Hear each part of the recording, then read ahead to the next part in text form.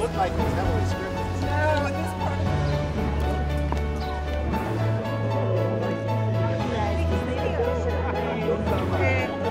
So I'm more than happy.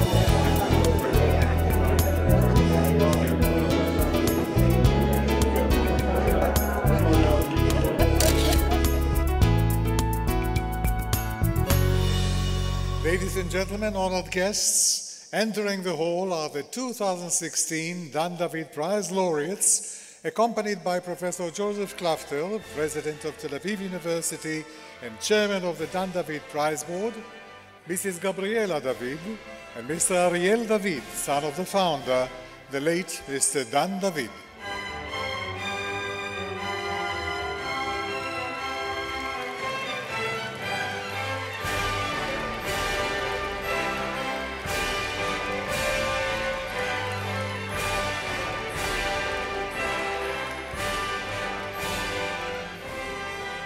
Professor Nili Cohen, President of the Israel Academy of Sciences and Humanities, Mrs. Gabriela David, Mr. Ariel David, Professor and Mrs. Joseph Klafter, honored laureates and guests, ladies and gentlemen, shalom, good evening, and welcome to the 2016 Dan David Prize Award ceremony. This is the 15th ceremony we are celebrating tonight. The founder, Mr. Dan David, whose vision created the uniqueness of this prize, is greatly missed. Let us remember Dan David with some of the landmarks of his life and vision.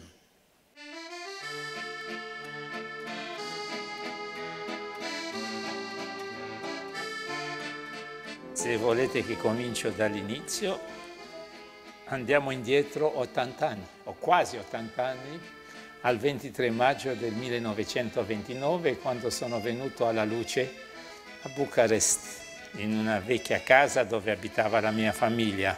A 2 anni non parlavo, finché un giorno, quando una vettura è entrata nel nostro cortile, ho detto auto. Non so se mi riferivo a quella vettura o al sogno delle macchine automatiche che doveva riempire la mia vita alcuni anni dopo. Anni della guerra, abbiamo sofferto a Bucarest, ma meno di quello che era successo in Polonia oppure nel nord della Romania. Però la vita è andata avanti. 1944, 24 agosto, viene creata un'organizzazione della gioventù sionista. Divento molto attivo in questo campo, entro nella gruppi di giovani, vivevano insieme e si preparavano a partire in quello che allora era la Palestina e che doveva diventare Israele.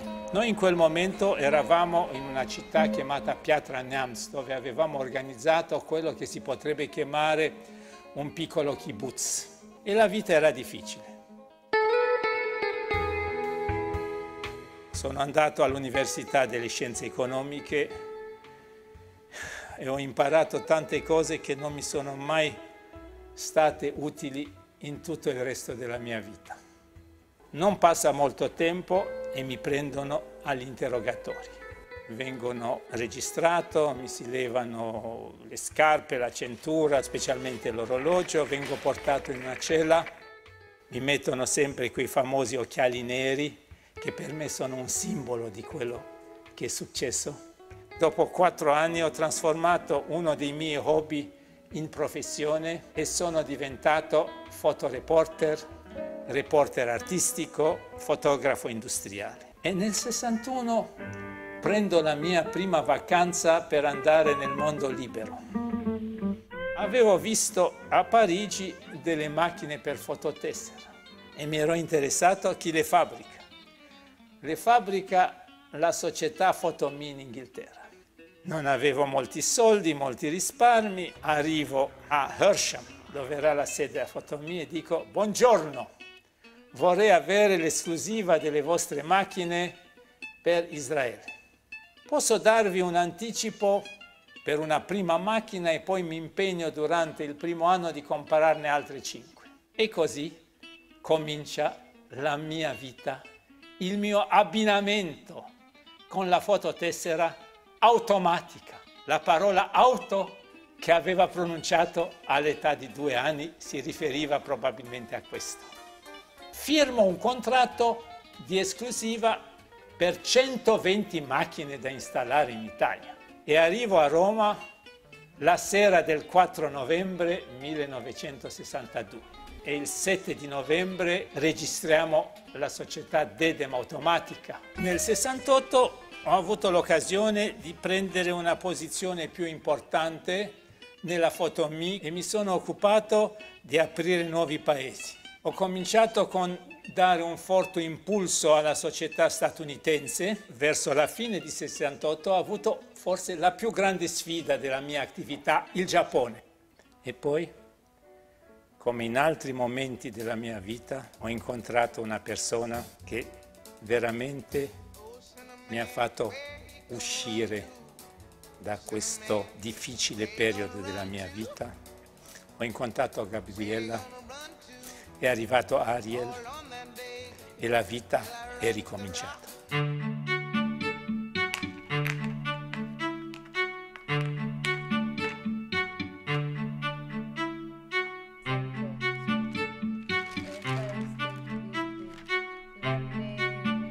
Il successo dimostra che sei arrivato su questa terra e hai realizzato qualche cosa. La tua ingegnosità, la tua creatività hanno lasciato qualche cosa dietro a te. E non solo per te stesso, per te solo, per tutti quelli che intorno a te hanno costruito una famiglia, un'attività, una vita forse più felice grazie a quello che tu hai fatto. Il mio successo è stato il successo di altre centinaia di persone, non solo mie.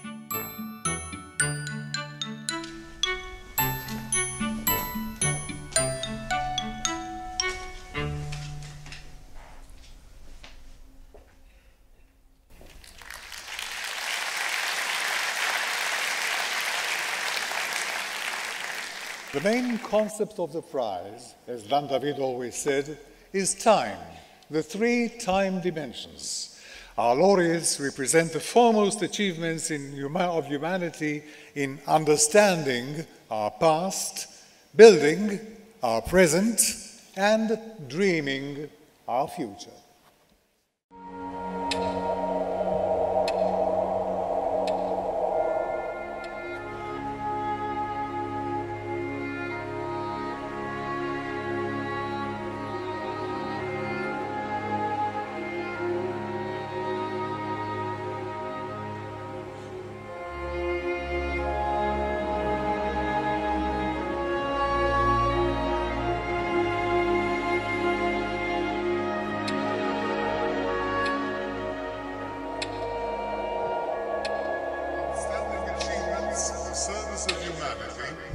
Advancement of the frontiers of knowledge and the universal goals of excellence, creativity, humanism, and progress.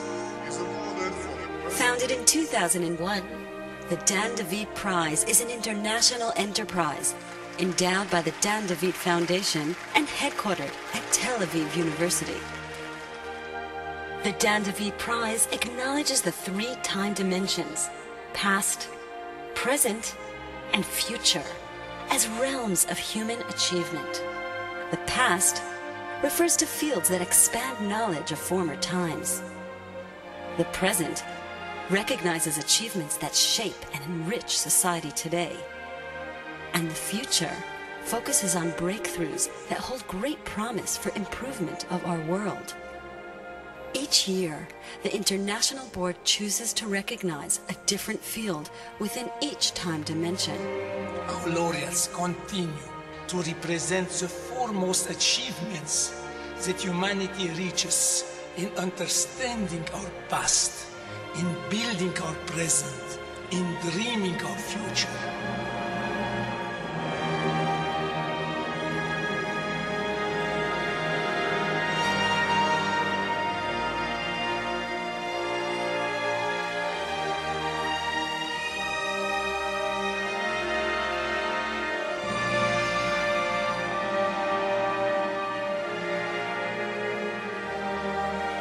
I'm here simply as a representative of the world. Changes my perspective on the world. You've actually been part of the project. Greatly honored by this opportunity to understand how the universe works. To approach people with respect. I want them. A good reconstruction. And hopefully we'll make a difference in treating disease and understanding. Look at the future with a spirit. That was really my goal, to try to solve medical problems. I hope till the last day of my life I can work in the laboratory. Find a way of working together.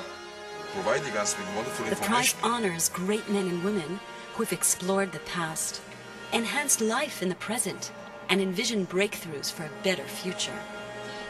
La science des hommes. There's a great expectation, there's tension, because we rehearse. Slow down and eventually stop the growth of greenhouse gas. High efficiency systems. We look behind us, we look around, and we look ahead. We have everything we need to make this change. Future climatic conditions In on cosmology, our planet. we look at the universe today and we ask what it was like yesterday. Alliance between science and public policy is so important for our future. Results of your work have a positive impact. Building a united and peaceful Europe. Create that sort of simplicity of life. Billions of people out there inventing, creating, and sharing.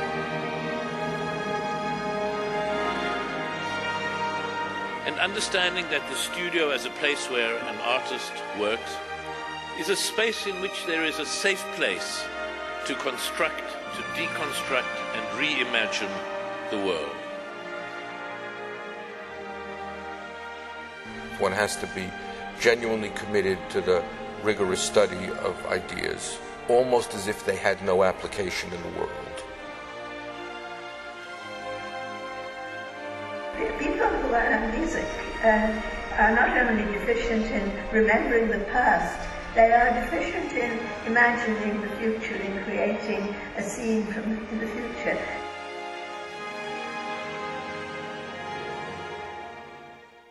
That we come together and give the great gift to the world of a free encyclopedia for every single person on the planet in their own language.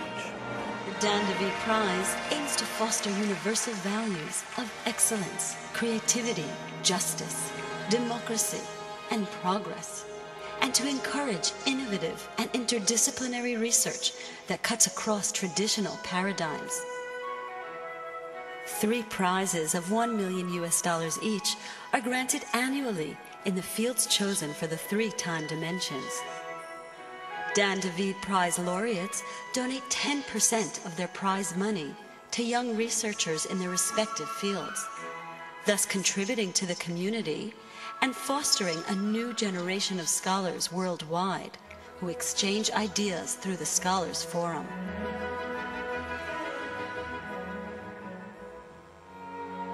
Encompassing human achievement in each time dimension, the Dan DeVito Prize is committed to a better world in the years to come.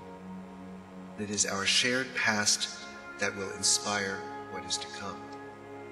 Bringing together people from different backgrounds with different interests that share one thing passionately, to make this a better world.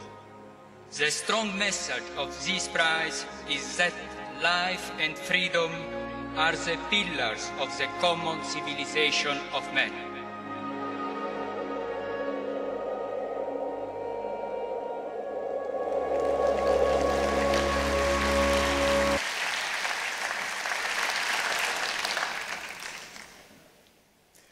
It is an honor to call upon Professor Joseph Klafter, President of Tel Aviv University, to open the ceremony.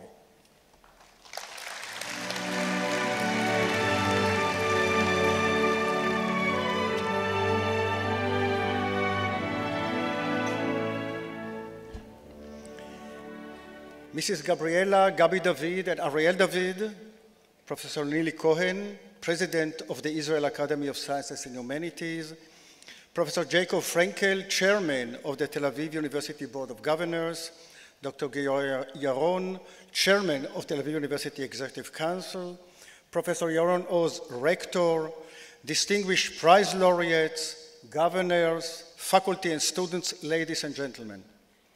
Welcome to the Dan David Prize ceremony at Tel Aviv University.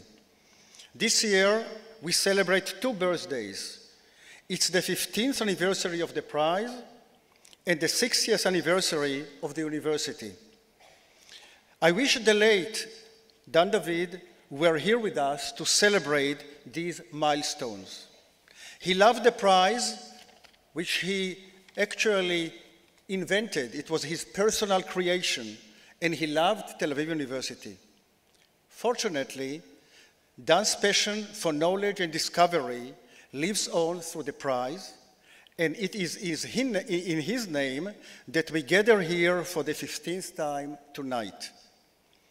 I think this is a good opportunity to mention another major project happening on campus that will perpetuate Dan's legacy and that is being supported by the Dan David Foundation. This is a project that combines past, present, and future in a fascinating way. As many of you know, the university will soon finish the construction of Israel's first Natural History Museum. It is scheduled to open 2017. In the museum, we are building the Dan David Center for Human Evolution and Biohistory Research. It will house 15,000 specimens that make up Tel Aviv University's biological anthropology collection. The Dan David Center will provide space for storage, research, and public exhibition of the collection, which is one of the most important ones in the world. The new center will provide a record of 1.5 million years of human evolution in our region and reveal secrets about our lives related to our ancestors' lives. I can think of no one else more suited to be commemorated by such a project than Dan, who himself took part in scientific exploration. He had an endless interest in where mankind came and where it's going from here on. This is the year where we award the prize for 8 eminent professors. We have professors of the past category, 2 pathbreaker historians in social history. In the present category, we have 3 of the world's leading scholars of poverty and inequality. And in the future category, we have 3 pioneers in nanoscience. Now permit me to acknowledge my friend and academic partner, Professor Morton Shapiro, the president of Northwestern University, who has led a delegation here to celebrate the awarding of the Nanoscience Prize of Northwestern Professor Chad Mirkin. Morton, I would like to say that in these days of increased calls for boycott on Israeli academia, we appreciate your public support to Israel, to Tel Aviv University, and to the Dan David Prize.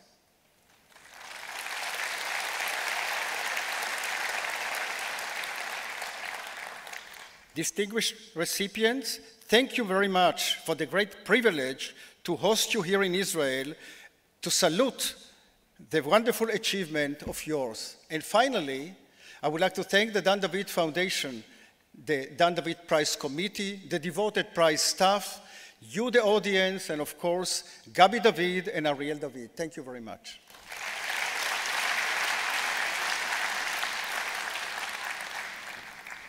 Thank you very much, Professor Klafter.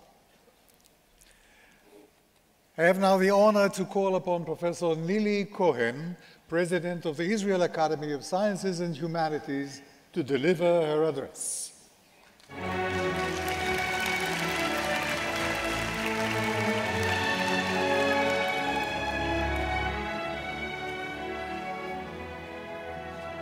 My dear and distinguished friends, dear laureates, my dear friends, Gabi and Ariel David, my dear friend, President Joseph Klafter. It is a great honor and pleasure to be here at the Dan David ceremony. I've been accompanying this ceremony since its inception. Now we rejoice its 15th anniversary. It is a reason for a great pride. All Dan David laureates mark excellence in science, culture, and social commitment. Dan David Prize can boast also of another reason for pride, and that is Dan David himself, whom we deeply miss. I had the honor and pleasure of knowing Dan David.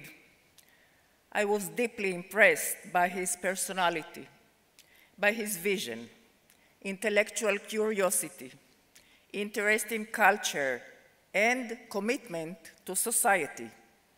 These were all shared with his wife, Gabi, and now also with her son, Ariel. The personal traits of vision, curiosity, culture, commitment are embedded in the prize itself and keep Dan David alive in our soul and memory. I'm standing on this stage wearing two hats. The first one is of a law professor at Tel Aviv University who had the great honor to serve as its first female rector about 20 years ago. I regard Tel Aviv University as my second home for almost 50 years since I first stepped into its doors immediately as a student after the 6 Days War. Along all these years, I have been witnessing the hard scientific work, the devotion to the students, the efforts, and the amazing progress in the various departments of our university. I salute you, my dear colleagues, and my friends of the university from here and abroad for the achievements and the support. And now to my second hat, which in fact gave me the honor to speak with you from this stage. I currently serve as the 10th president of the Israel Academy of Sciences and Humanities, second female president, proud to succeed my dear friend, world-renowned scientist, Professor Ruth Arnon, who addressed you last year. The Israel Academy of Sciences and Humanities, which was established in 1961 by David Ben-Gurion, consists of the most cherished scientists in Israel. It is a comprehensive academy having scientists from the natural sciences as well as from social sciences, humanities, and law.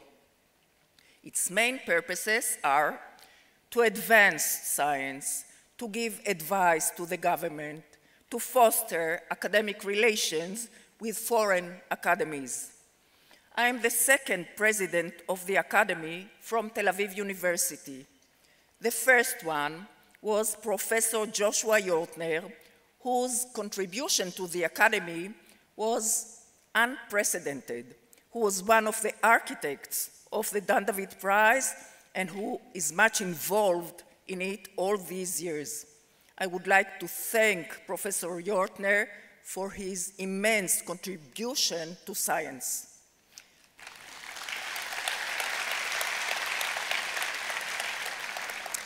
Dan David Prize seeks to foster the main task of the Academy. It advances science. Researchers and scientists are mainly motivated by curiosity, but the fact that their scientific discoveries might be publicly recognized and praised serves as an efficient incentive for human achievements. Therefore, we are all grateful to the David family for its generous contribution to the fostering of science in all its dimensions. And last but not least, I'm happy that we have among our laureates this year 2 women. It is an achievement.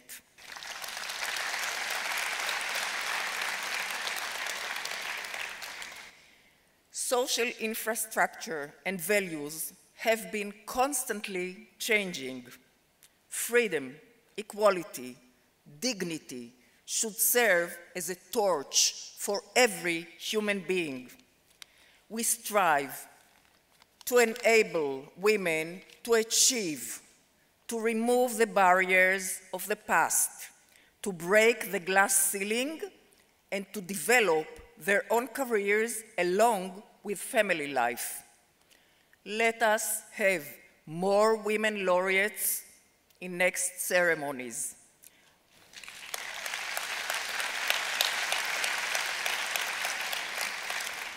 More excellent women at the Israel Academy of Sciences and Humanities.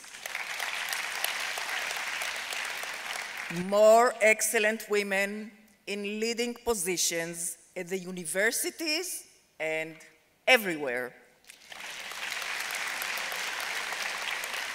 And for the time being, let us rejoice and enjoy this glorious evening with congratulations to the laureates and gratitude to you all. Thank you.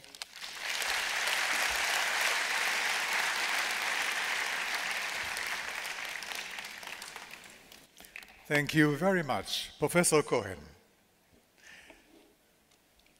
And now I have the honor to call upon Mr. Ariel David, member of the Dan David Foundation Board and son of the late Dan David, to deliver his address.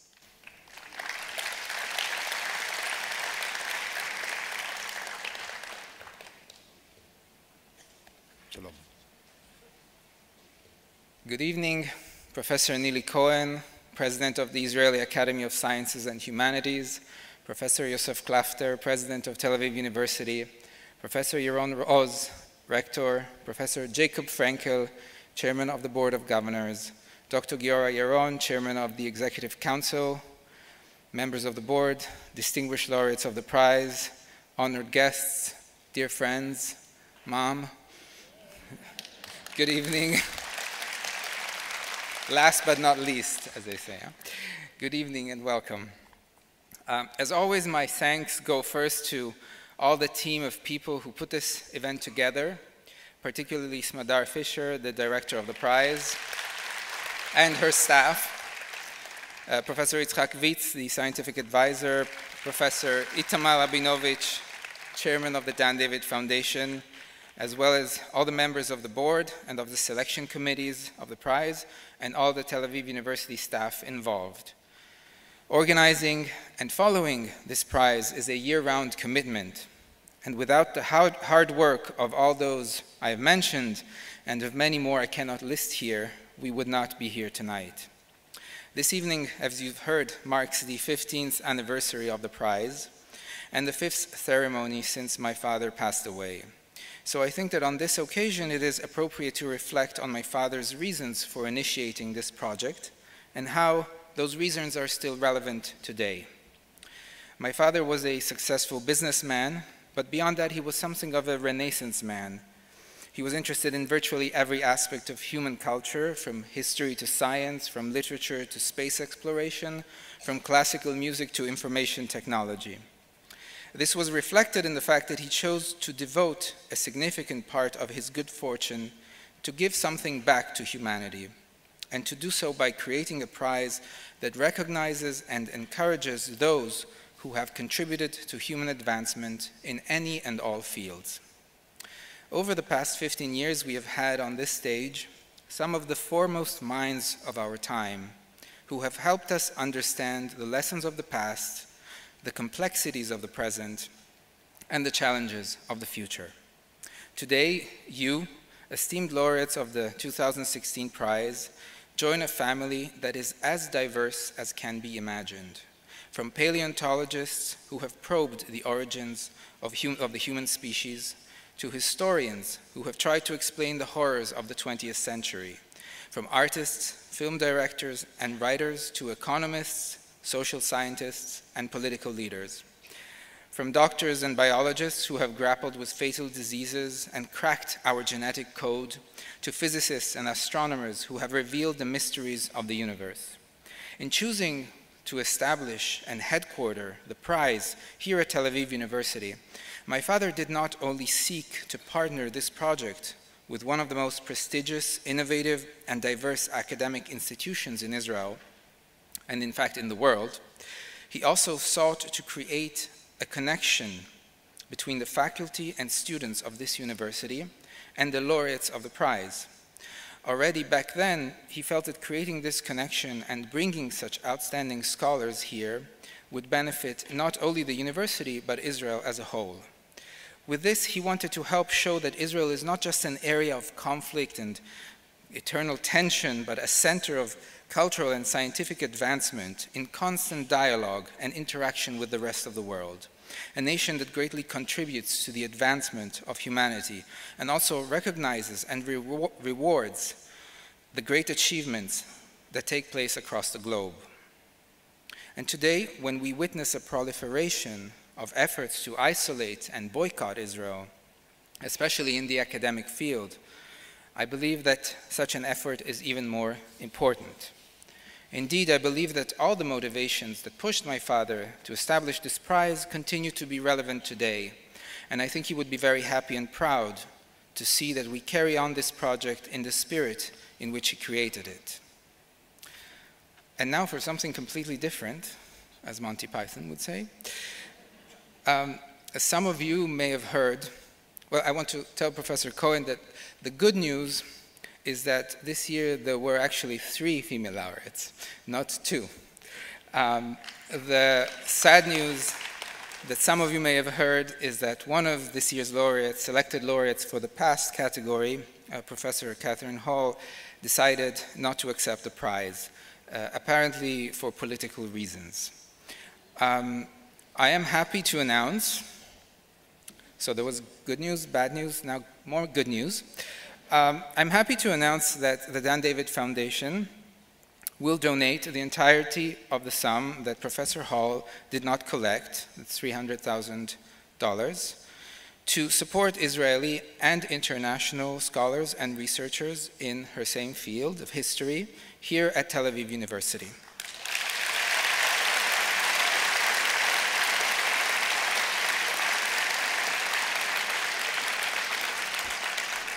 So, thank you, Professor Hall.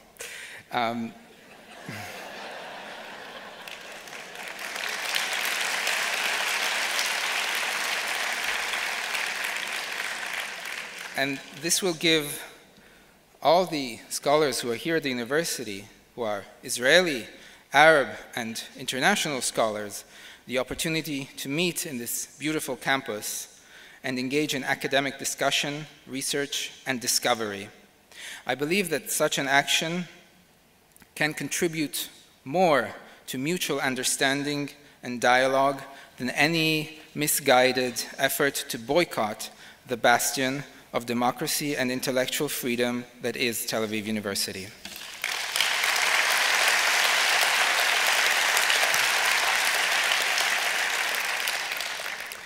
So, to conclude, I wish to extend 2 invitations to all of you. First of all, to join us tomorrow at the ceremony where our laureates will donate 10% of their prize to young scholars in their respective fields. And this was also a measure established by my father to foster and encourage the next generation of outstanding scholarship. And secondly, let me tell you that the board of the prize has already decided on the focus fields for next year. And these will be, in the past, archaeology, with an emphasis on the increasing use of the exact sciences in this field. For the present, literature. And for the future, we will reach for the stars with astrophysics. So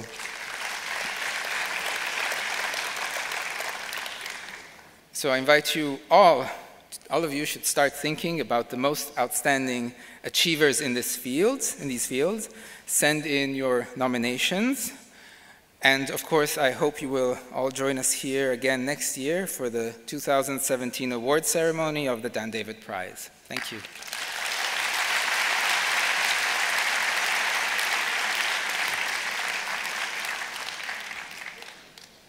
Thank you very much, Mr. David. The selected field for the 2016 Pastime Dimension is Social History, New Directions. Since the rise of social history in the 1960s and 1970s, today's new directions in social history are characterized by the commitment to the study of social marginalization and exclusion, and of social inequalities across time and place in the labor force, in gender, in families, ages and race, and the interrelations between societies and states. The Beta Ensemble is home for creativity influenced by Ethiopian dance. The choreography draws from the lexicon of movement and cultural metaphors, combining them with contemporary variation and exemplifying the unique Ethiopian society. The accompanying song is an Ethiopian love song, Feta.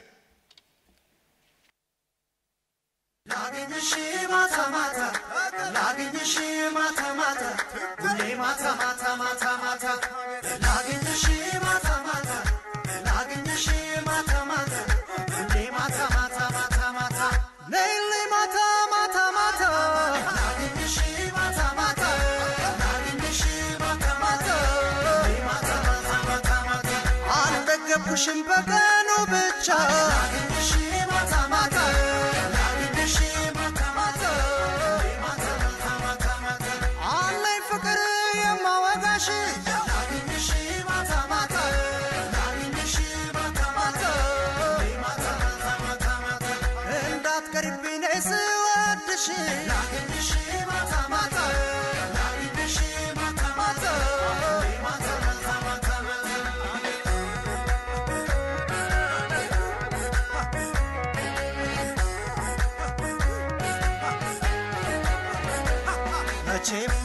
بايش يلب مرتانتي سلوش اسكز العالم ليلا ولا شلماتنش كلاي كلاي ساقي تጫወች ምን እንዳይሉ ተዋደዱ ነው ሌላይሉ ምንም ጭንቀትሽን እንዳይኔ ከኔ ጋር ነሽ ፍቅር የኔ ፈታ በይ ፈታ ፈታ ውዴ ዛሬ ነሽ ከኔ ጋር ፈታ በይ ፈታ ፈታ ውዴ ዛሬ ነሽ ከኔ ጋር ፈታ በይ ፈታ ፈታ ውዴ ዛሬ ነሽ ከኔ ጋር ፈታ በይ ፈታ ፈታ ውዴ ዛሬ ነሽ ከኔ ጋር ጉልፈቱን ፈታ ፈታ ተይውና ፈታ ፈታ ሳቂ ተጫወት ፈታ ፈታ ነይ ተነሺና ፈታ ፈታ ከኔ በላይ ነው ፈታ ፈታ የምወድሽ ፈታ ፈታ ደስ ሳይልሽ ፈታ ፈታ ሙቻለቀሽ ፈታ ፈታ ፈታ በይ ፈታ ፈታ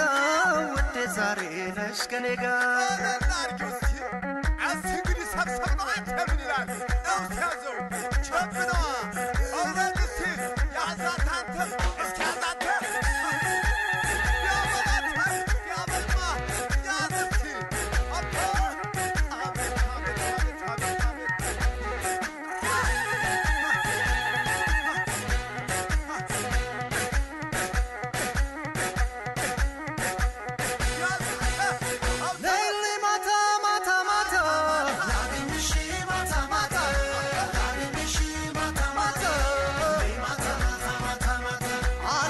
አልኩሽም በቀኑ ብቻ ላግኝሽ ማታ ማታ ላግኝሽ ማታ ማታ ማታ ማታ ማታ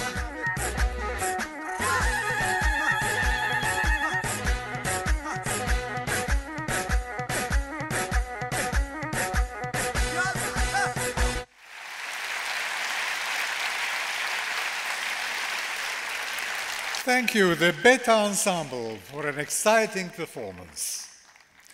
The Dan David Prize Board has accepted the recommendation of the International Review Committee, chaired by Professor Jay Winter from the Department of History, Yale University, and selected Professor Inga Klendinen and Professor Arlette Farge for the 2016 Dan David Prize for the pastime dimension in the field of social history, New Directions. Professor Inga Klendinen for being an outstanding historian, focusing on social history and history of cultural practice in the early modern period, and for her studies on the oppression of the Malayas, the Aztecs, and on the Holocaust, describing violence's cultural origin, conduct, and consequences.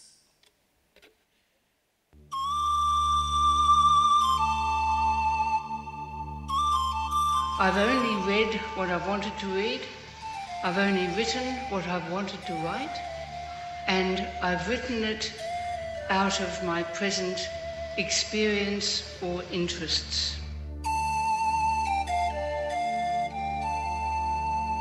I happen to be the Aztecs and the Maya. Fascinating, utterly challenging, because they inhabited an imaginary world utterly unlike mine. So it's the ultimate in space and time travel, to make a serious, sustained effort over years from the scraps of evidence you've got, you know, the traces of their thought that have been left to you, material traces in writing, in post-conquest action, all those fragments, to put together some sense of the world they inhabited. And that still seems to me the most compelling, absorbing, and challenging thing I've ever been involved in doing.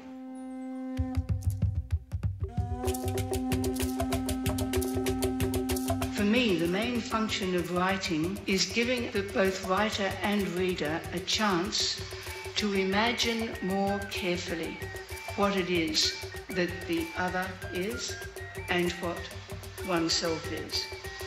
So that's where I spend most of my energies.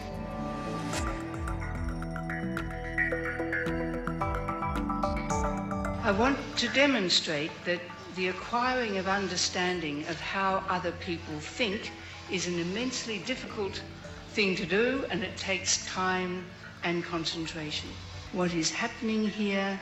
What are these people feeling? Why are they feeling that? Can I be sure I've understood them properly?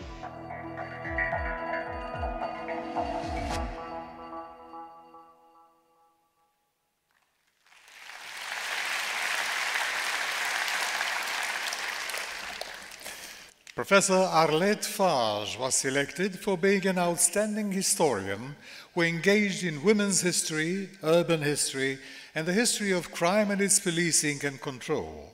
She focuses on the margins of society, such as the poor, small artisans, women and children, redefining the craft of social historians.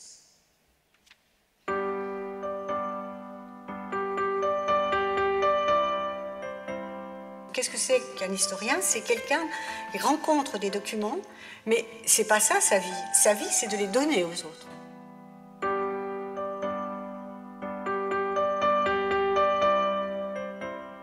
Quand on s'ouvrait les liasses, je voyais bien qu'elles n'avaient jamais été ouvertes. Ça a été comme une espèce de choc à la fois intellectuel et émotionnel très fort. C'est-à-dire que tout d'un coup, il me semblait que disparaissait tout ce que je savais de l'histoire de France. J'avais dans mes paumes, c'était vraiment ça, j'avais dans mes paumes des traces du passé dont j'avais aucune idée. Et c'est comme si elles avaient fait irruption très simplement en moi.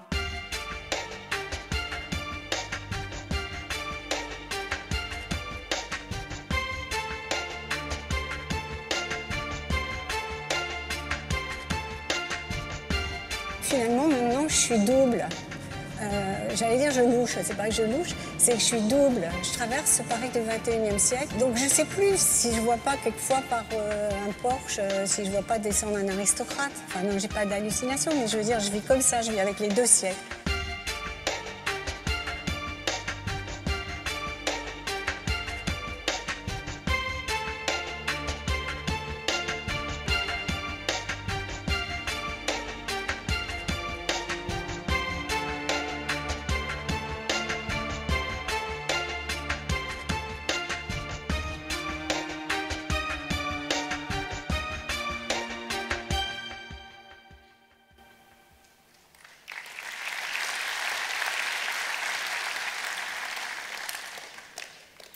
It is an honor to invite to the stage Mrs. Gabriela David and Professor Itamar Rabinovich, Chairman of the Dan David Foundation, to present the award.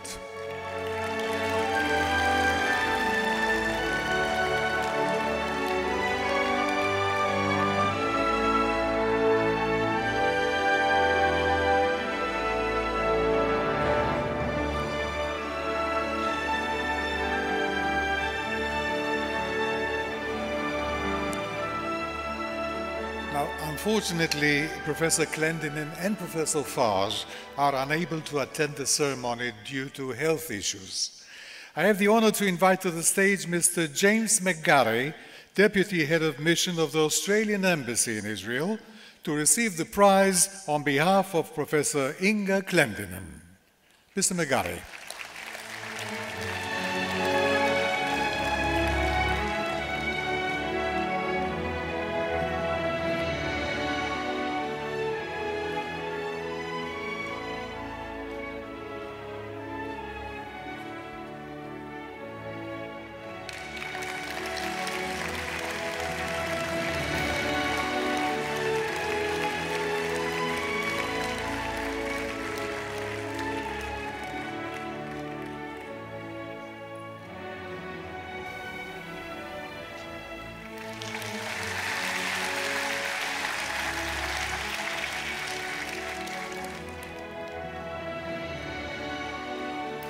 Now, Professor Clendenin sent us her thank you address, which Mr. McGarry will now present. Thank you very much. I'm evidently not Professor Clendenin, but I am honoured to be representing her here today on behalf of the Australian government.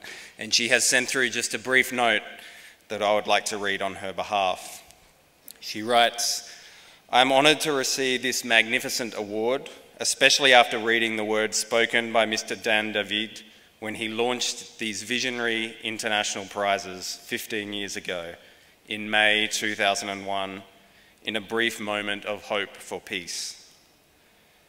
As a true humanist, Mr. David sought to transcend boundaries, whether academic, national, or ethnic. That same spirit continues to inform the many people administering the Dan David Awards to this day, and I thank them from my heart." Thank you.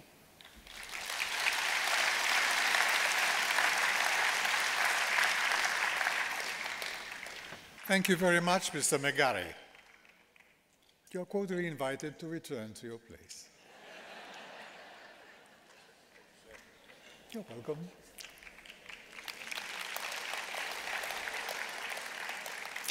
I have the honor to invite to the stage Mr. Sébastien Linden, Scientific and Academic Attaché at the French Embassy in Tel Aviv, to receive the prize on behalf of Professor Arlette Farge.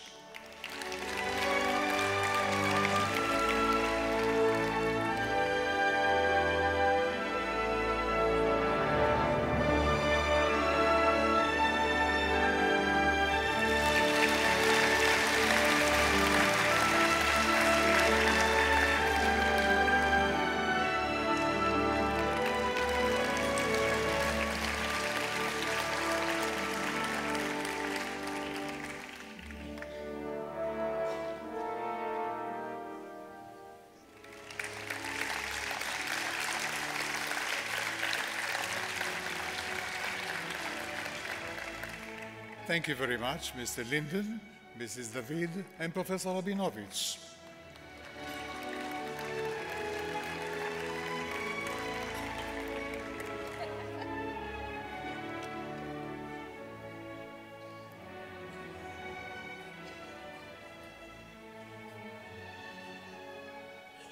Professor Farge has kindly sent us a thank you address, which we will now hear.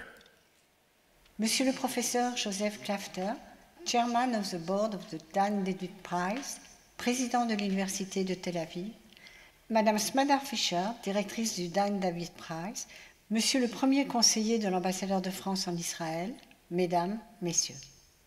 Mes premiers mots souhaitent vous exprimer tous mes regrets pour mon absence à vos côtés, ce qui m'empêche d'échanger plus fructueusement avec chacun d'entre vous. Surtout, comment vous remercier pour la remise de ce prix si prestigieux, vous dire à quel point il m'honore, autant qu'il honore la France, mon pays, ainsi que les maîtres qui m'ont conduite jusqu'ici. Je pense bien sûr à Robert Mandrou, Michel Foucault, Roger Chartier, professeur au Collège de France, ainsi qu'à l'ensemble de mes étudiantes et étudiants qui m'ont tant apporté. J'ai été aussi émue que surprise en apprenant votre choix de m'attribuer cette grande récompense. Profonde est la joie que j'en ressens. À travers elle, je pense profondément à l'importance, dans notre monde bousculé, de la recherche mondiale en histoire sociale et en histoire des femmes et du genre. Travailler l'histoire permet, j'en suis convaincue, de construire une humanité commune. En travaillant à la fois sur les systèmes sociaux et politiques du XVIIIe siècle et leur réception dans la pensée, l'imaginaire et les émotions des plus humbles, je me suis donné comme but de transmettre ce savoir avec passion.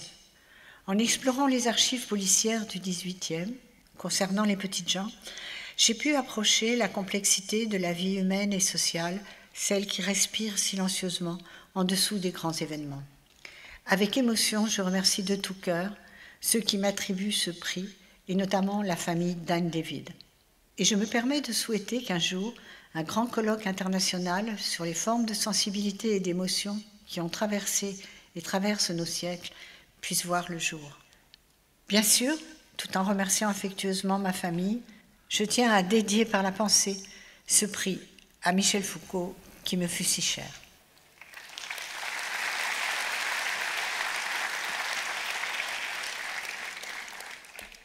The selected field for the 2016 present time dimension is combating poverty. Poverty numbers worldwide stand at about 800 million people. That is, 1 out of every 9 people in the world is poor. Women and children comprise 60% of the hungry, resulting in a high percentage of deaths due to poor nutrition and lack of proper health care. Disease, hunger, and lack of access to food and clean water, compounded with little, if any, access to education and medical services, renders whole populations powerless, with ongoing insecurities and virtually no ability to climb out and stay out of poverty. The contemporary efforts in combating poverty empower people towards self-sustainability through education across a variety of fields such as agriculture, industry, medicine, and management, to name but a few. Misa Criolla by Ariel Ramirez, using indigenous instruments and rhythms of South America, expresses the longing of the underprivileged populations of the world for mercy and peace.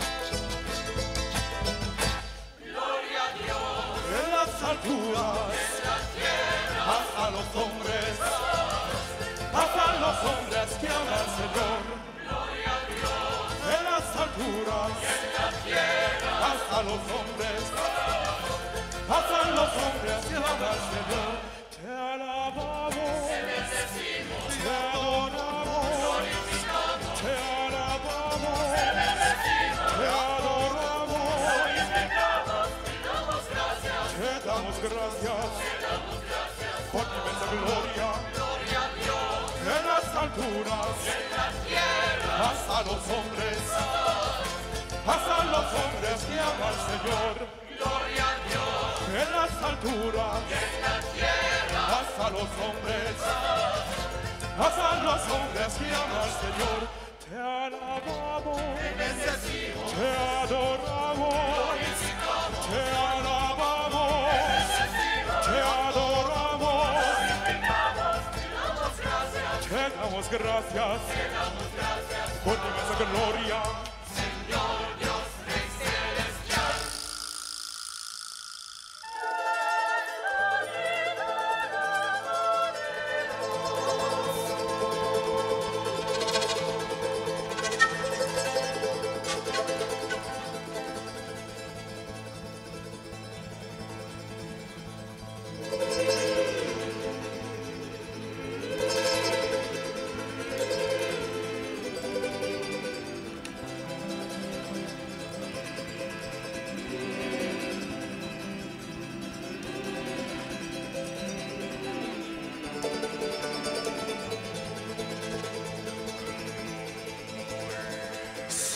Señor, Hijo único, Jesucristo.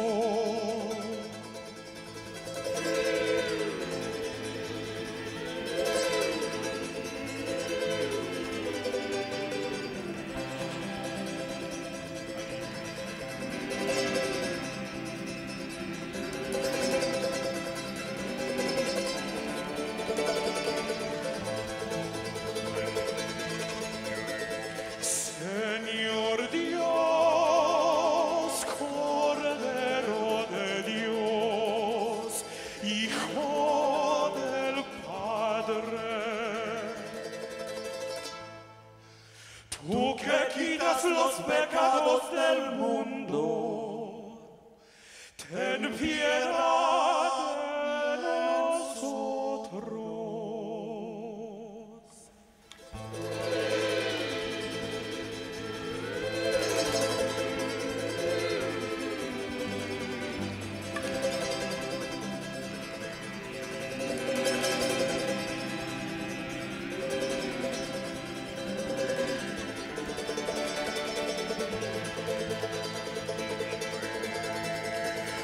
Tú que quitas los pecados del mundo,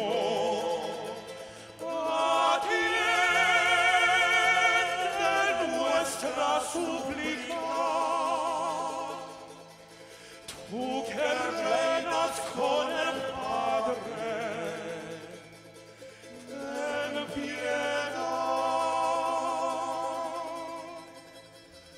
de nosotros.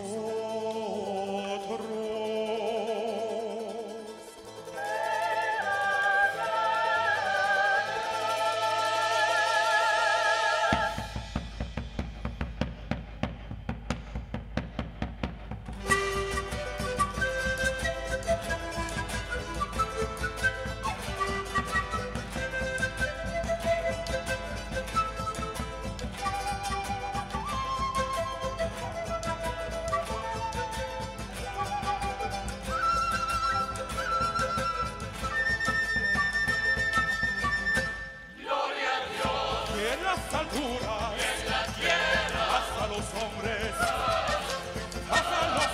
que ama al Señor. Gloria a Dios. En las alturas, en la tierra, hasta los hombres que ama al Señor. Porque tú, solo eres santo, solo tú, Señor, tú solo. Porque tú, solo eres santo, solo tú, Señor, tú solo. Tú solo altísimo Jesucristo, con el Espíritu Santo, con el Espíritu Santo, en la gloria de Dios Padre. Amén, amén, amén, amén.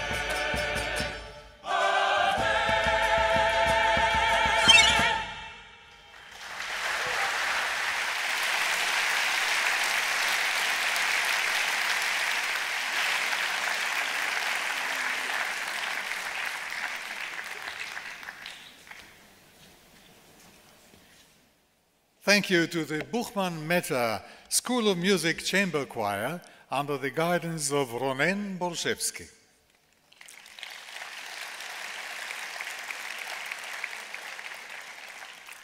The Dan David Prize Board has accepted the recommendation of the International Review Committee, chaired by Professor Angus Deaton of the Woodrow Wilson School, Princeton University, and selected Professor Sir Anthony B. Atkinson, Professor François Bourguignon, and Professor James J. Heckman for the 2016 Dan David Prize for the Present-Time Dimension in the field of combating poverty. Professor Sir Anthony B. Atkinson, for being a world-leading economist on poverty and inequality concerned with issues of social justice and the design of public policy, mostly in rich countries, and for his deep involvement and impact on policy discussion in Europe, particularly in Britain.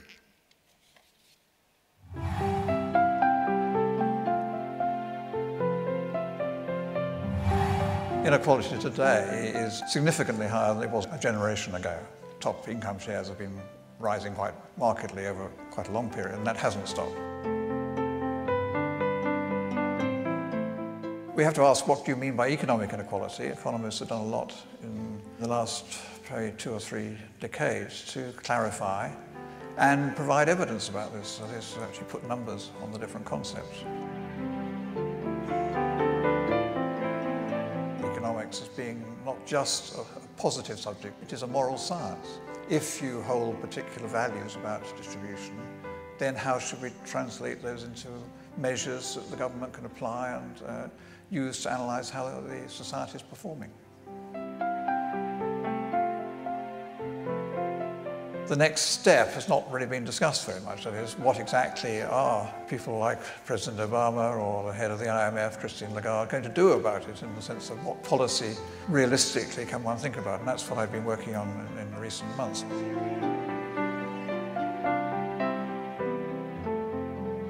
I think the key thing, in fact, is not to focus on taxes and transfers, but on what happens before that, on the incomes people get. What happens to them when they leave school and the jobs they can get into, the pay they get, the wealth they get from inheritance or other sources. All of these things determine, as it were, their start in life and what their incomes are before the government gets to work on taxes and transfers.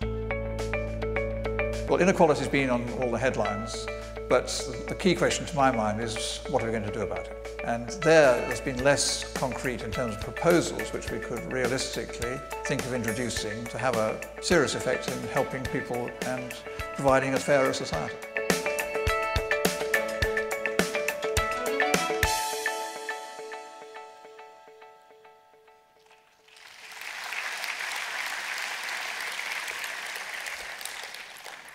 Professor François Bourguignon was selected for being a world-leading economist on poverty and inequality from a global perspective, with poor countries as well as rich, and for arguing for the importance of dealing with poverty and inequality together with growth, impacting on worldwide policy discussion.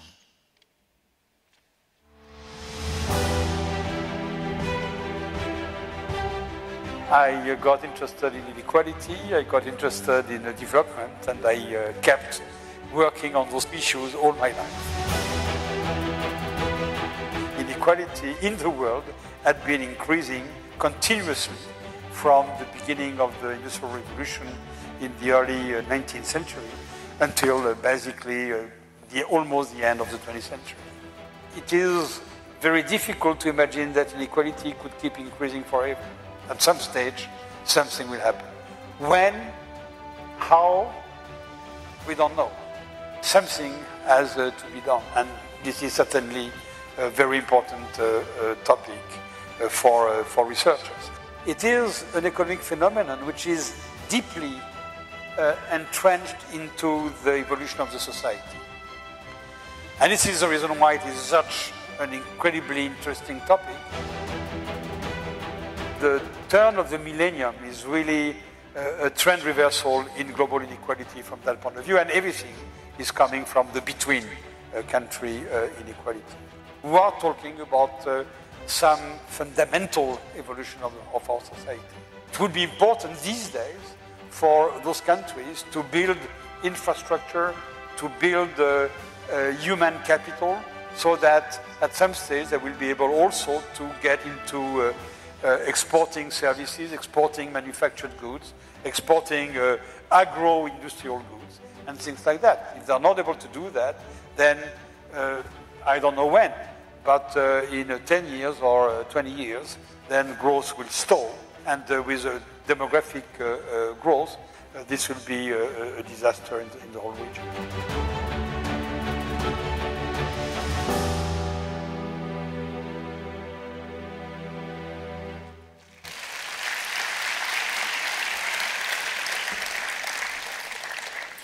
Professor James J. Heckman was selected for being a world-renowned economist and leading expert on the importance of early childhood education, nurture, and well-being, whose findings focus on breaking the cycle of poverty and influence the discussion of global policy on poverty worldwide.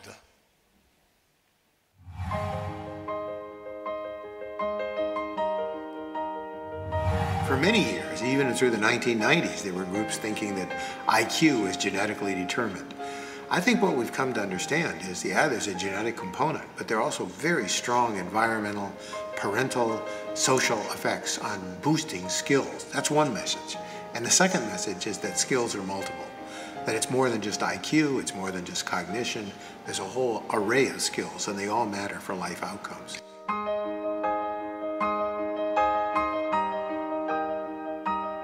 Everything we know in economics says the return on investment in people, especially very young people, very, very high. What you will do is actually build skills. We also know that the earlier we attack skill deficits, the more effective any intervention will be. You want to start at the earliest ages. So the later we wait, generally the harder it is to remediate and the more uphill you have to climb.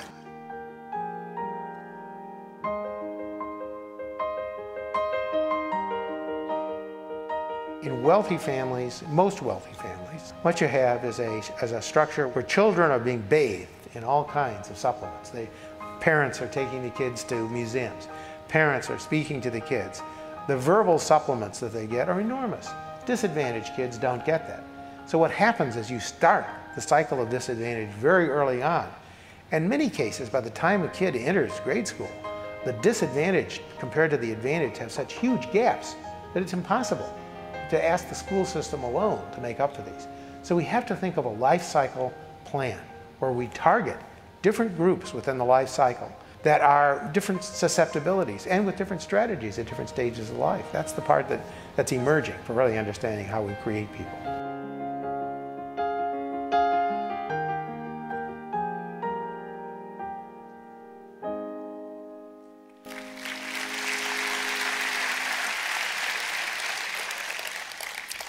It is an honor to invite to the stage Mr. Ariel David and Professor Yaron Oz, Rector of Tel Aviv University, to present the award.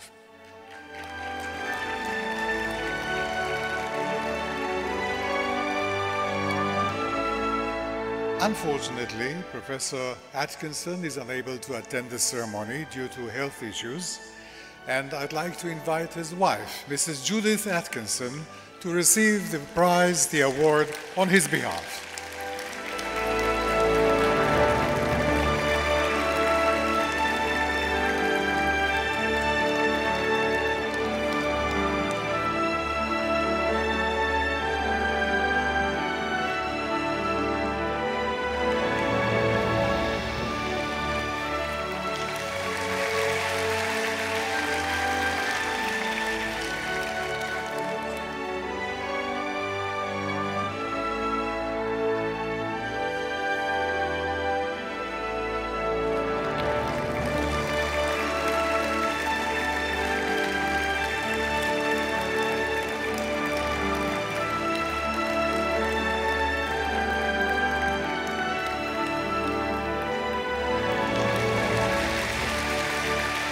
I have the honor to invite to the stage the recipient of the prize, Professor François Bourguignon.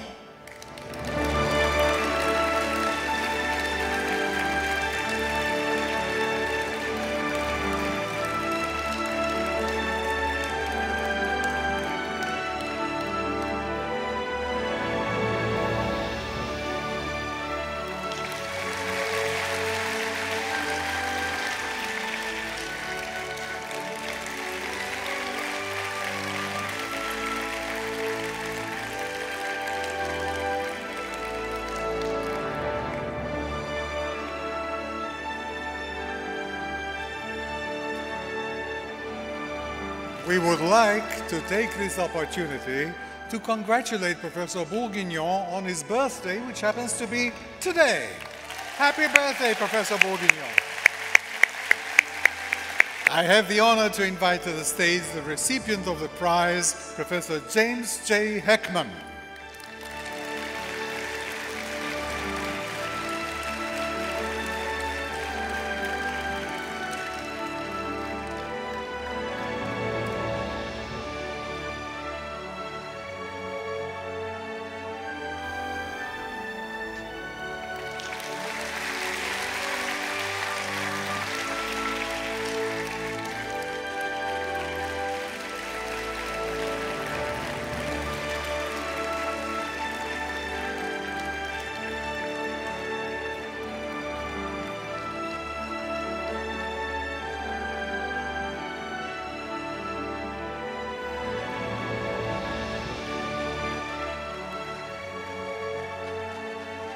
Mrs. Atkinson and Professor Bourguignon, please join Professor Heckman for a group photo.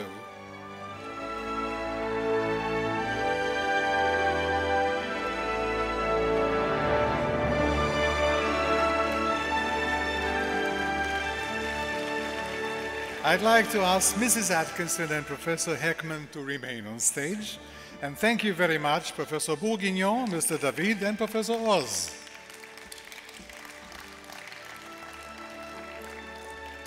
Mrs. Atkinson will deliver a few words by Professor Atkinson, and Professor Heckman will address the audience on behalf of the present time Dimension laureates. So, first of all, Mrs. Atkinson, would you please?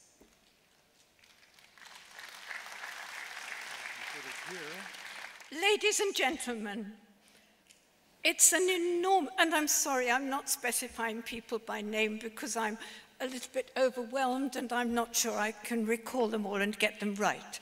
But I know I'm talking to people of heart.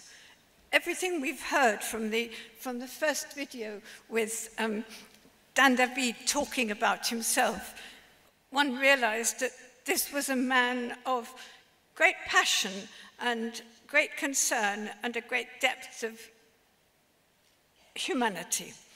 And certainly the presentations and the beautiful music and dancing we've seen and heard have also come from the heart. You can probably hear that I'm quite moved. I'm in many ways very sad to be in this position because until about a month ago, we really thought that Tony, which is short for Anthony, obviously, that Tony would be here to receive this prize himself.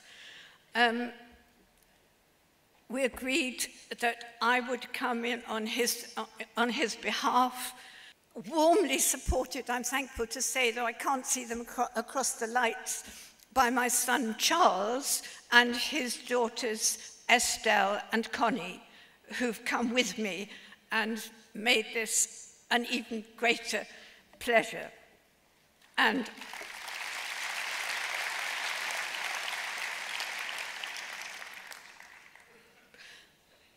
But I am sad, and Tony is sad too, that his health doesn't allow him to be here.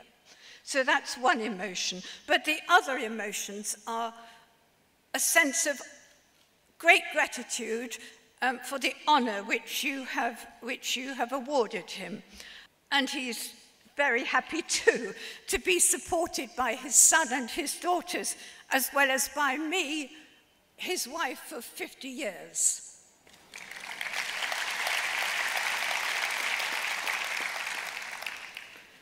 We thought of other things that he needed to say, and I shall just touch on them. We had a conversation shortly before I left about this.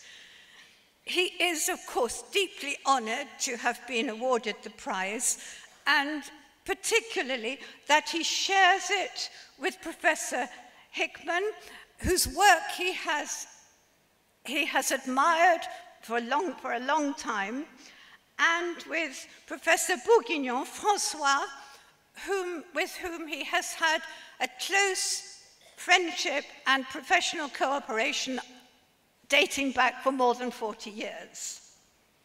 he asked me to express the fact that he's delighted that poverty is this year one of the themes for the award. It's been a lifelong concern of Tony's. His first book, published when he was not quite 25, was Poverty in Britain and the Reform of Social Security. Since then, he's dedicated his professional life to the study and the teaching of poverty and inequality, talking to politicians, talking to people who might make decisions, but also encouraging a whole group of younger colleagues and students who he's quite confident will follow in his footsteps.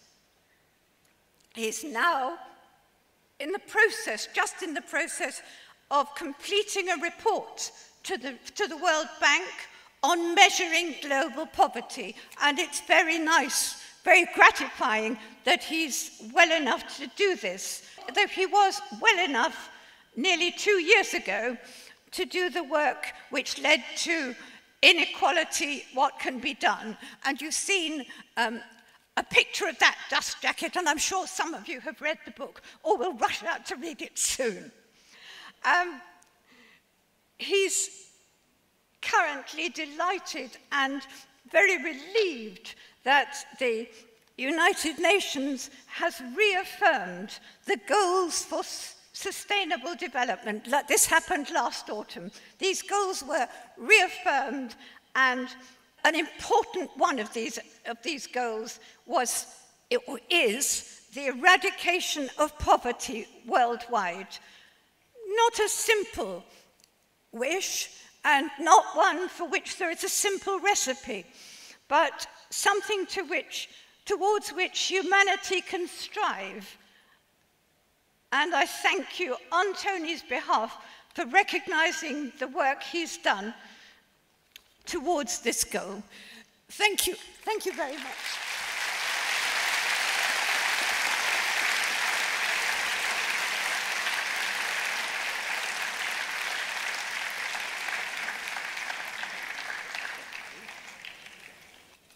I've been asked to speak on behalf of all three recipients of this award. I can only say that all of us are grateful to be recognized by the committee and by the foundation, also to participate in the intellectual dialogue of exchanges with Israel and Israeli academics. I just want to make a few remarks which I think are appropriate, especially in Israel. I think poverty itself is a problem at least as old as civilization, and it may well predate it. If you read the Bible, and it could be no better place to start a remark in Israel, there's a quote from Deuteronomy 15 that says, "There shall be no poor among you." But then it goes on in the same passage to say, "If, however, there's a needy person among you," you recognize the ambiguity, "you should not harden your heart and shut your home." The other quotation I would make is, "For the poor," from the same passage, by the way, "for the poor shall never cease from your land," even though the admonition was there should be no poor, "which is why I command you, open your hand to the poor and the needy kinsman." So I think the study of poverty is a fundamental subject in understanding society and how society should be organized.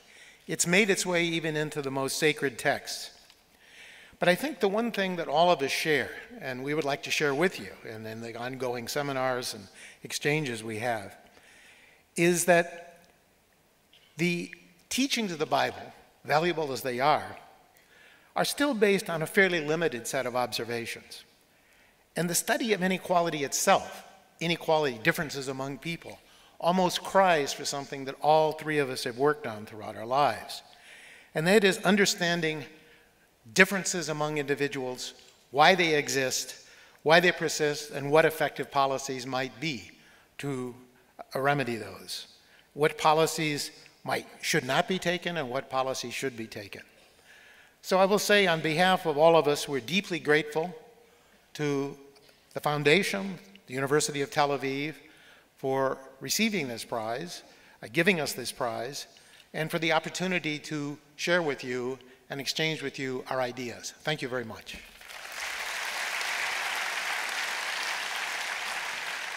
Thank you very much, Professor Heckman, and thank you very much, Mrs. Atkinson. The selected field for the future time dimension is nanoscience. Nanoscience and nanotechnology are the study and application of extremely small things that can be used across all science fields, such as chemistry, biology, physics, material sciences, and engineering. Now, to give you an example of what we are speaking about, 1 nanometer is a millionth of a millimeter. To be more specific, take this page, for example. Do you know how thick it is? 75,000 nanometers. Give or take 1 nanometer, okay? So that's it. The ideas and concepts behind nanoscience and nanotechnology started with a talk by physicist Richard Feynman in 1959. In his talk, Feynman described the process in which scientists would be able to manipulate and control individual atoms and molecules. Nanoscience has already impacted our lives with amazing innovations. Scientists from several disciplines use nanoscience principles for advanced applications in energy, medicine, information storage, computing, and elsewhere. 3 leading representatives of nanoscience are honored here today. The Nano Dance Movement Group will perform an artistic piece which illustrates the kinetic process and visual motion of the nanotech world and synthesizes between these elements.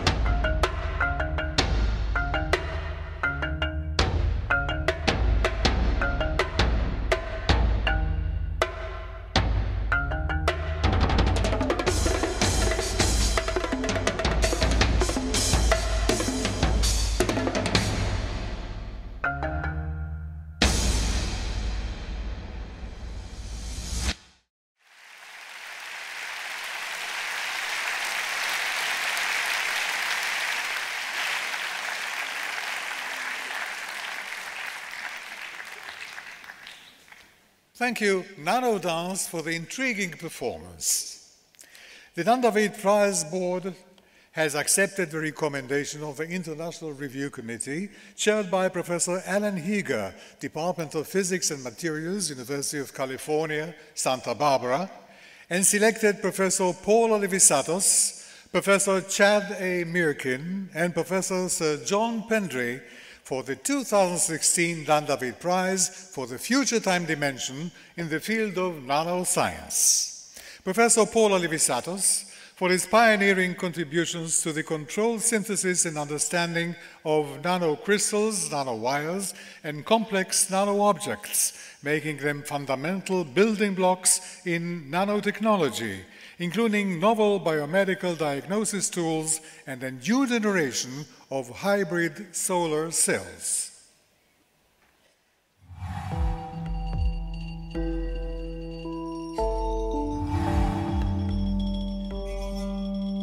When something is quite tiny, it actually makes itself perfect, and that's why nanoscience is so interesting to people, because we can make perfect things very easily. The way to make these nanoparticles and to control their size very, very precisely at the level of just a few atoms, that's what we've developed over quite a long time in my laboratory.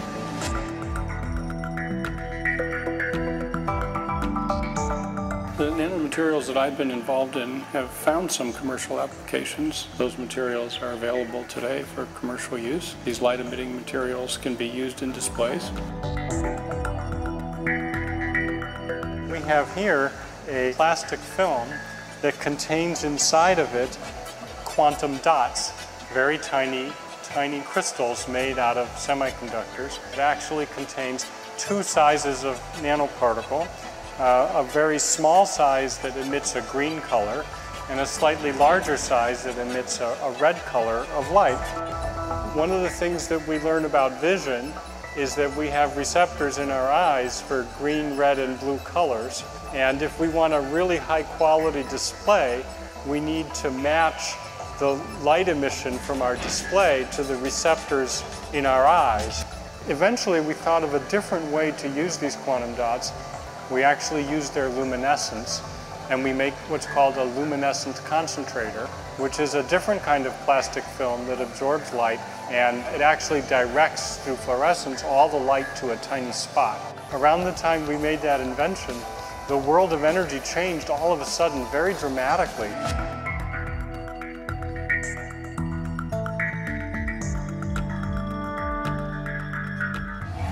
For the first time, I think we have a period where how science develops is intimately tied up with what the future of a global humanity will be like.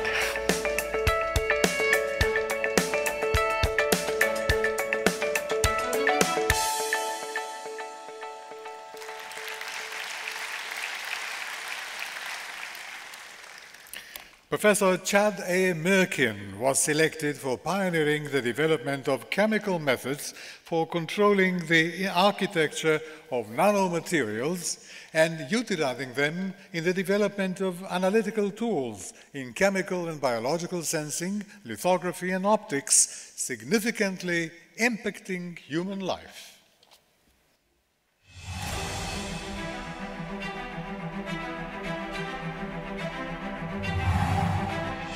All of my research focuses on one central theme, and that is the development of chemical and surface analytical tools for controlling the architecture of molecules and materials on the 1 to 100 nanometer length scale.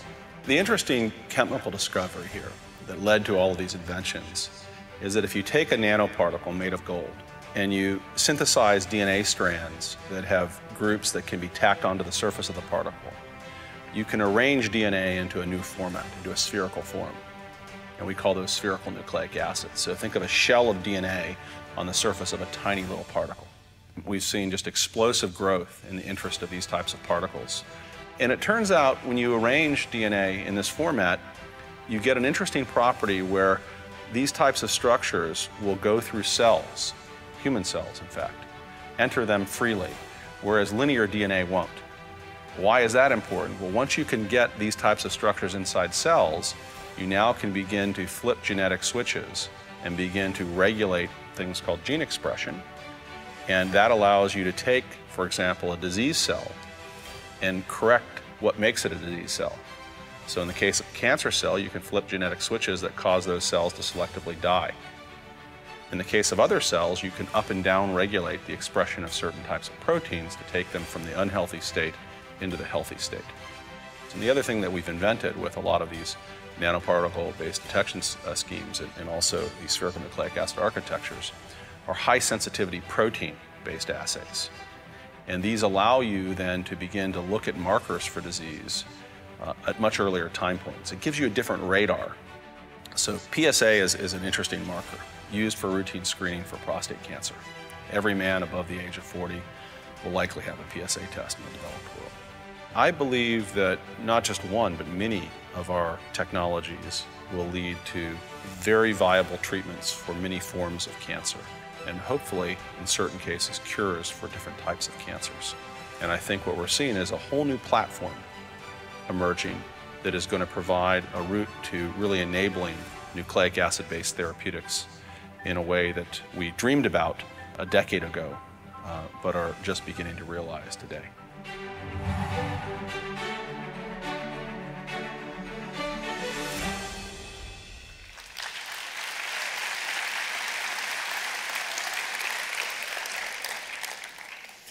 Professor Sir John Pendry was selected for his pioneering theoretical research, which vastly advanced our understanding in the interaction of light and matter, and for introducing new concepts on nanomaterials, which facilitate building perfect lenses and rendering materials invisible.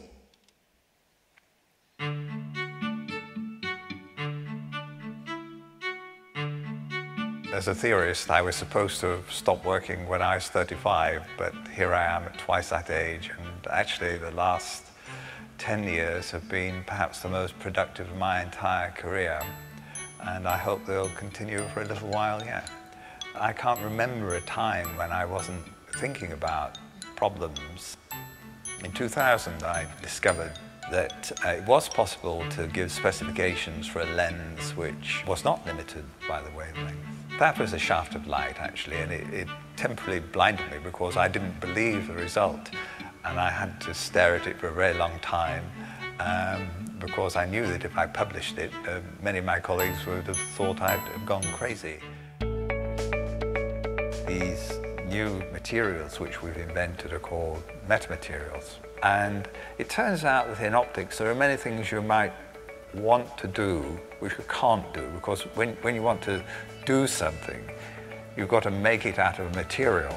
And if that material with the properties you need is not available, you can't do it. And metamaterials extend the properties to which you have access in a very dramatic way. Disordered materials can be transparent, provided you look at them in the right direction. That's an amazing result, and I still in shock and awe. I like hard challenges. I would like to solve a really, really difficult problem.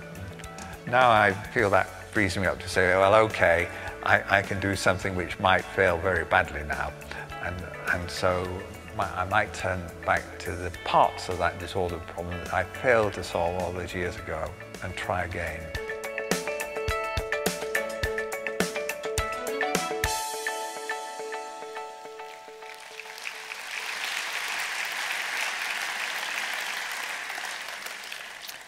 It is an honor to invite to the stage Professor Joseph Klafter, President of Tel Aviv University and Chairman of the Dan David Prize Board, and Professor Yael Chanin, Director of Tel Aviv University Center for Nanoscience and Nanotechnology, to present the award.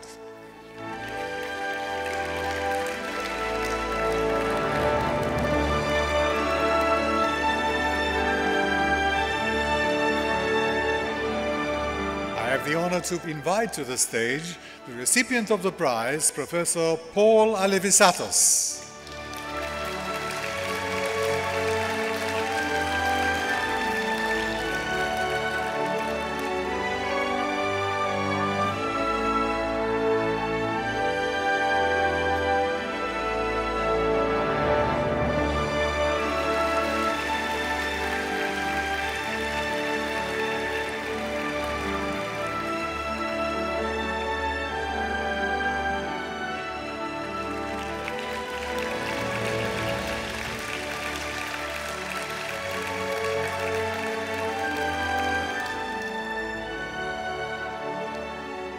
I have the honor to invite to the stage the recipient of the prize, Professor Chad A. Mirkin.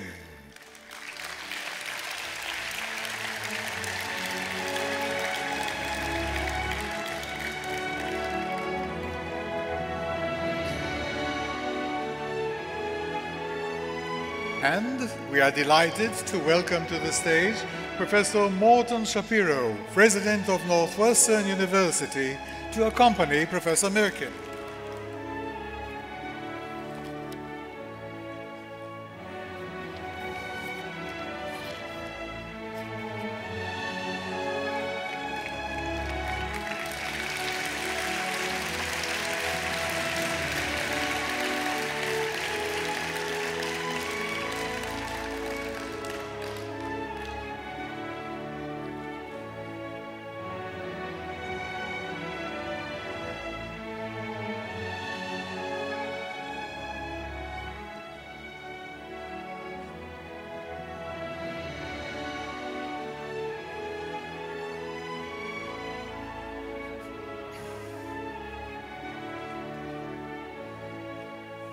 I have the honor to invite to the stage the recipient of the prize, Professor Sir John Pendray.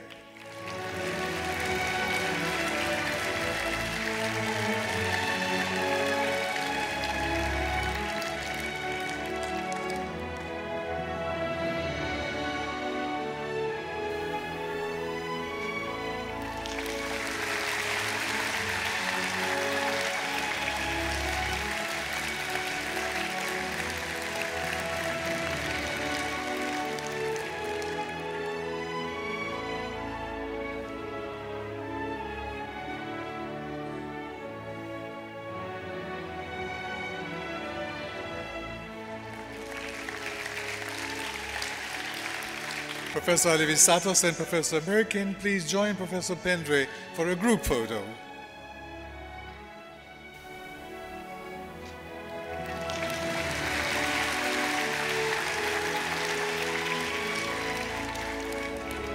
We would like to ask Professor Pendray to remain on stage and address the audience on behalf of the Future Time Dimension laureates. And thank you very much, Professor Levisatos, Professor Mirkin, Professor Klafter, and Professor Khanin.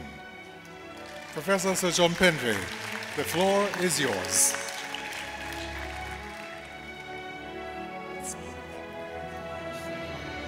Try to put it here, otherwise you'll forget it. Well, my first duty, obviously, is to thank the Dan David Foundation for this great honor which you've given to all three of us. These awards really make a difference, of course, to us personally. The honor is something we'll remember all our lives. But also, as this ceremony has shown, the honor reaches beyond ourselves out to a much wider audience. And this is the sort of difference that organizations outside the orbit of government to make to the progress of science. It gives a recognition which is unique, and we thank you very sincerely for it. This story, if you like, I reminded my two fellow recipients, began a long time ago, 25 years ago, which was actually the last time we met, all three of us together. We've met pairwise since, but all three of us were together 25 years ago on a very wet hillside in the British Lake District. And the Lake District has lakes for a good reason. It was very wet. I remember Chad saying, "I cannot believe this," soaked to the skin, climbing a mountain for the sole purpose to drink a glass of champagne, which somebody else had brought for him. And that was actually the start of my interest in nanotechnology. And all three of us at that point were at a very early stage in our interest in the subject. And as you've heard, Paul has gone on to make his breakthroughs in the synthesis and size and shape controlled nanocrystals, and is the forefront of studies of nanocrystal properties, key applications in biological imaging and renewable energy, and the founder of two companies. Chad, on the other hand, also uses nanoparticles in biodetection schemes and has invented the dip pen nanolithography. and has made contributions to supramolecular chemistry, and he's the founder of 4 companies. Now, I'm a theorist, and my speciality is showing how to control light on the nanoscale. Many years ago, somebody said that conventionally you can only control light on the micron scale, or maybe a little bit less. But if we want to control light and make it talk to these molecules and nanoparticles, then we have to have new theories, and I'm helping to develop them. I've not founded any companies, but some of my work has inspired a few others to do so. So between us, we show off well the key features of nanotechnology. Fundamental science, pushing the frontiers of what is possible on previously unheard of length scales, but leading on to practical applications which benefit humanity at large. Thank you.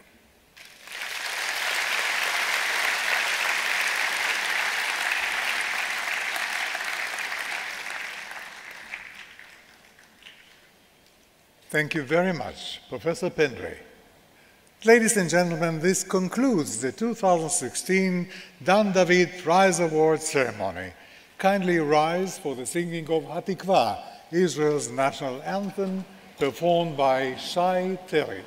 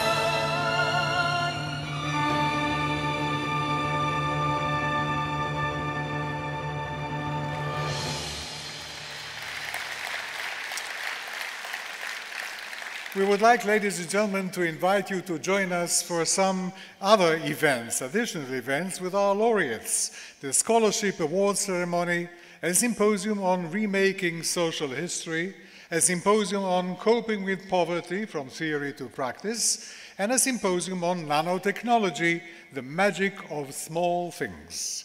Thank you very much for being with us here this evening, and you are all invited now for refreshments in the entrance lobby. Thank you once again. Erev Tov, good evening to you all.